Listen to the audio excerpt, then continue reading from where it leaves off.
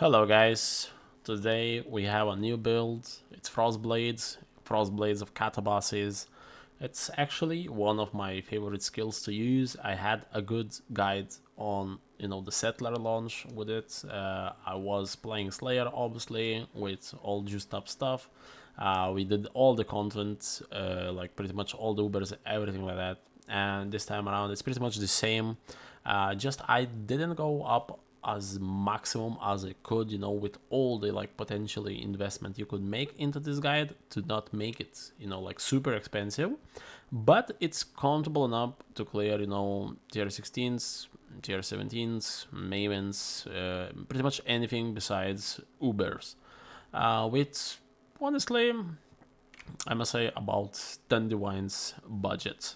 Um, Even less than that, you can start playing the build. So let's quickly go over, what Ascendancy we're playing and how does our passive skill tree look. So over here, I got, some stuff here with intelligence. Just ignore that point here. It should not be there. It should be on the live. I just took because I was experimenting with something. So let's begin. So pretty much this is how our passive skill tree looks. We have our defenses, pretty much all the resists kept besides chaos. I still haven't done that. We got some block chance, spell block chance, which it's pretty much decent, much more than enough. We got all the elements avoidance. We got spell suppression 100% as well. So there's quite a big defense layer. We're playing as well Ancestral Commander. Uh, Probably is one of the best choices, not the best. Could be played with Gambler, could be played with Surfcaster, could be played with Blind Prophet. Damage wise, probably Blind Prophet or Surfcaster would be best. Gambler is a decent choice for like super endgame when you can afford Forbidden Flesh, Forbidden Stone to get use of his masterful form Ascendancy node. But let's leave that at later time. So first off, as I said, we're playing Ancestral Commander. We got pretty much everything for clear. This is like big boost to our clear. Even without those, as people who played Slayer Frostblades would know, clear is already massive. With this one, it makes it even more massive. We got then some defenses. This one is actually quite nice, as you can see from the node itself. And then we got our endurance charges. So pretty much we do stack endurance charges, our Iron Anguish to do triple damage. We have 8 endurance charges. Potentially you could push way more, maybe 10 with Annoyance and Corrupt on the boots as well. Here we're not using either Swallin or we're not using Yoke. Potentially these are the upgrades you want to do if you want to full maximize this build. I didn't went to the route because I did not need it. I'm potentially clearing all the content at the moment besides Ubers. As I said, I haven't done them yet. Yeah, Swollen would make this build, insanely tanky as well, even more tanky than we are now. But for the budget version, you honestly don't need it. We're already tanking pretty much anything. I haven't died in a while. And yeah, so our most expensive stuff is Taming, which costs now like 1 Divine, and then it's Ralakesh, which actually went all the way down to like 5 Divines. From like 10 or 15, not sure how much it was before. It was maybe 30 at the beginning, but yeah, it's dropping fast, so it's quite cheap to acquire. This is 1C unique, this is like 10C unique. Then Heatshiver as well is getting super cheap, 35T. For Amulet, you can use pretty much anything. I don't even have an Anoint on this one. Yeah, whatever you need you can use. Obviously Yoke probably would be the best option for us, but let's keep it like this for this video.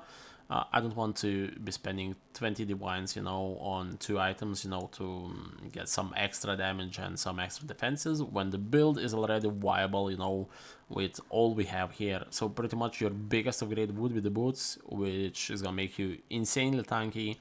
And yeah, so this is pretty much our gear. As you see, just casual claw, nothing special here. Your only most important one is hits can be evaded. Pretty much else, just, you know, cold damage, attack speed, multi, you know, whatever you can get. This claw is as well was actually cheap, like 1 divine, because for the base I just dropped some, you know, essences on it and we got this claw. It's nothing, you know, like big. If you would ideally want, you could make like a huge claw with, you know, crits, multi, crit chance, elemental penetration, which I will link down below, you know, in, you know, the budget version and, you know, the one expensive one I have, which I did play in Settlers with Slayer. So yeah, for, you know, our links and all, it's just basic multi-strike, frostblades, elemental damage, cold damage. This one would go awakened. I haven't done that yet as well. But that's pretty much just, you know, polishing the sides, which are gonna be included as well in POB. Yeah, so besides that, what we're doing here, we got ancestral vision over here for our, you know, avoidance of elements. Then we got, you know, little fried or timeless jewel. So this one is pretty much what you want to get is gain 1 rage on melee hit.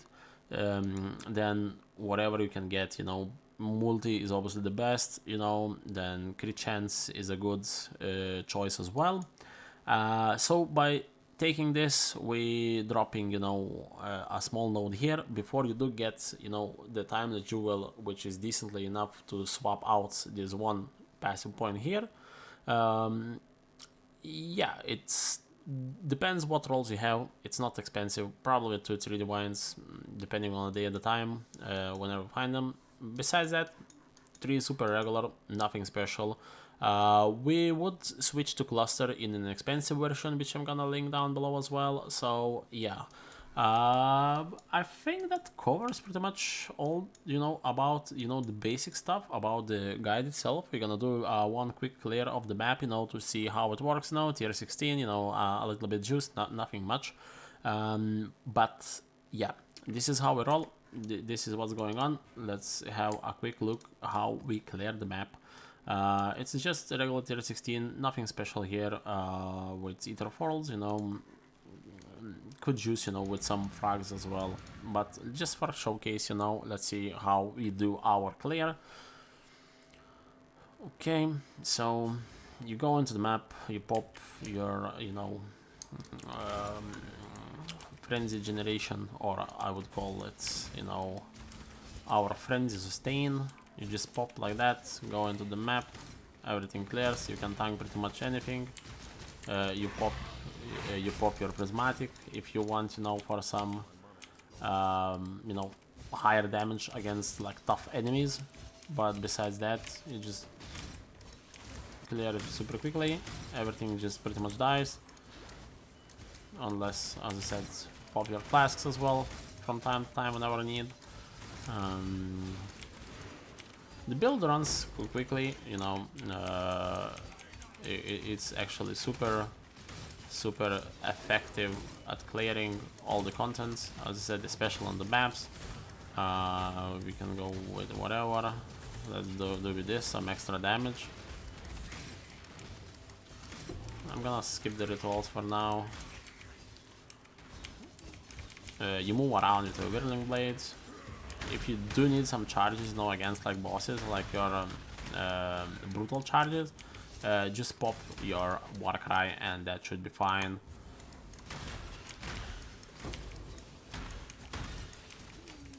This is pretty much Shrine effect now, you're seeing, but still, pretty much everything dies super quick.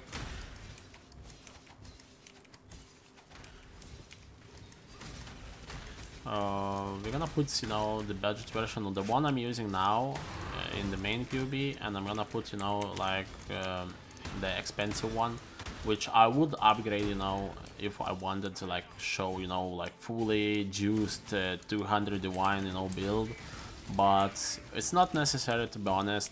as you know, it's not everybody has the time, you know, to like grind that much. And if you want just enjoyable build that clears well, does the job, this one is pretty much your option, you know, for you to enjoy.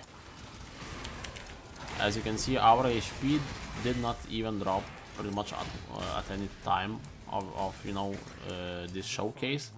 It's the same, you know, with Maven. I done Maven countless times now. Our damage pretty much is decent when you have to stack, you know, all your triple damage stuff. And yep, this is how it goes. Of course, as I said, budget version damage is not as high as I would want to be for a budget version, but it does all the content besides, of course, Ubers. For the Ubers, I'm gonna, as I said, I'm gonna leave, you know, the big version for the big boys who want to spend, you know, like 200-300 divines. And if you feel like, go ahead, invest, you know, the build works perfectly. You're pretty much immortal. You can just tank, you know, tier 17s and everything like that. I hope you guys did enjoy. If you do have some questions, leave a comment down below. I'm gonna answer, you know, best of my capabilities. As well, as I said, subscribe if you haven't. Make sure to check the POBs, which one you like, the budget or, you know, the expensive one. I'm gonna drop both of them. Not gonna do POBs for different classes. I might in the future just do the, you know, the build itself for a different class with the Frostblades, but for now I'm just gonna leave it at that.